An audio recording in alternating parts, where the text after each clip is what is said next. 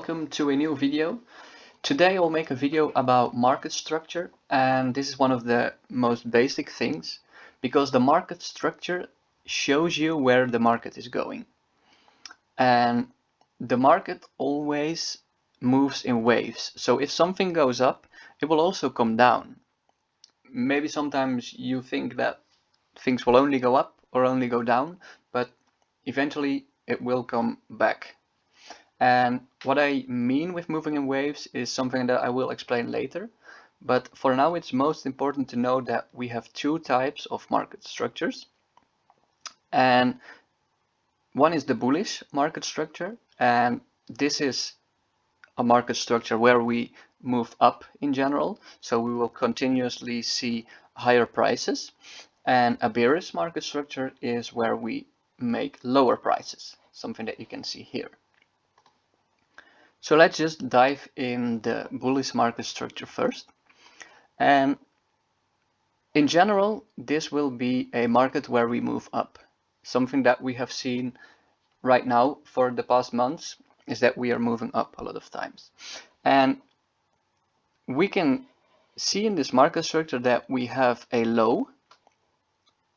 I put all the words here. And that we make a high.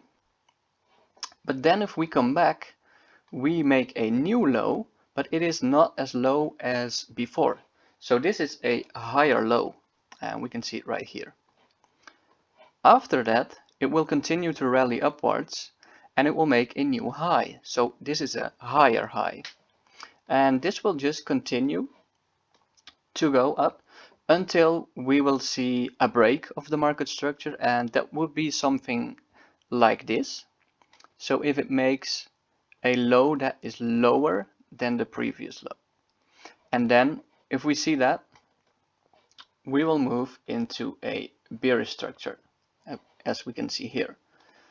So let's assume that we made a high, a low, and after that, we didn't make a new higher high like here, but we made a lower high. And from then you know, okay, we are now in a bearish structure. We are not in a bullish structure anymore because we didn't make a new higher high. And from there, you can see that we move down. We make a new low that is lower than the previous low. And this is called a lower low.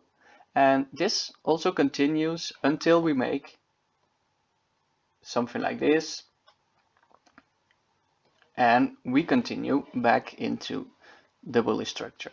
And the market will, like always, switch between those two. There are also periods of consolidation where it just goes like somewhere like sideways and it's ranging. But these are the two most important ones. So let's see if we can find them in some examples on the real chart.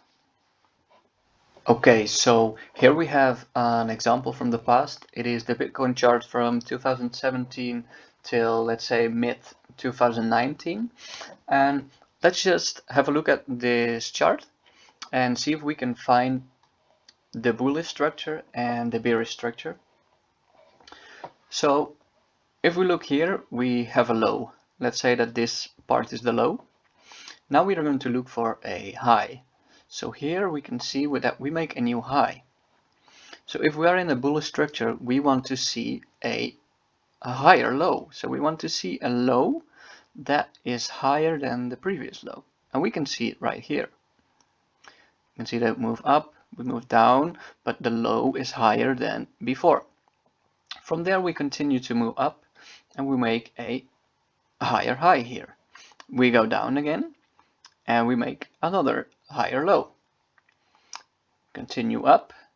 This one is a bit tricky because it's very short, but it's still a new high, a new higher low, and from here we continue all the way up till here where we make a new higher high. So here we can see that we had a nice bullish structure and all the way up here, and from there we can see something happening. We can see that here we come back, we make still a higher low here, But here's where something changes. Here we don't make a new higher high. We don't go up higher than the previous high. So from here, you could see that we were shifting to a bearish structure. Because here we make a new lower high. We go all the way down. We can use this one as a lower low. Here is a new lower high. We go down again. Here we make like, this is slightly lower, so it's still a lower high, and we continue all the way down till here, and we continue. Here is still a new lower high, and here we make like a kind of bottom.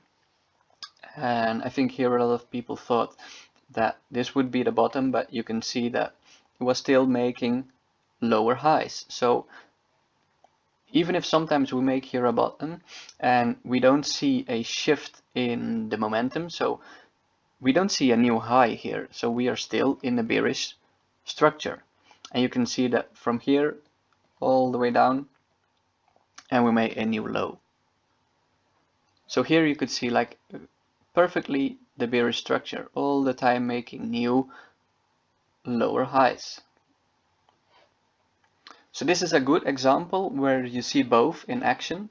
And let's continue, but let's have a look at how this looks at the current chart. I will go over that quickly, but I will just use it as another example.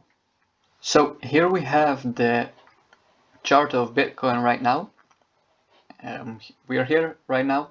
It's in May, and if we look at this, we can see that we are in a clear bullish structure on the weekly, but we can use the market structure on every time frame. The most important thing is that the bigger time frame is always the most important.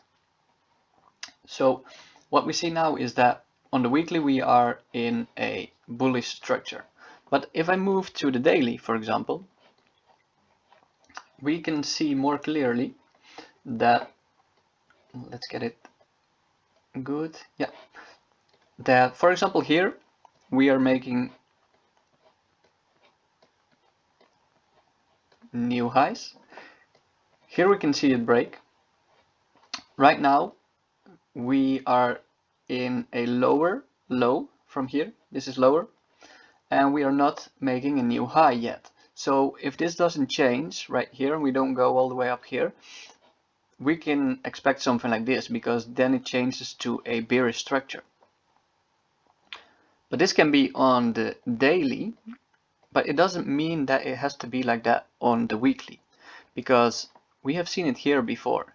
We can see that on the weekly we continued all the way up, but if we look closer here, we can see that we made a high, we made a low, and here we made a lower high, and we made a lower low, and from here we made a small new lower low, but from there we changed and we moved all the way up here, creating a new high and continue up.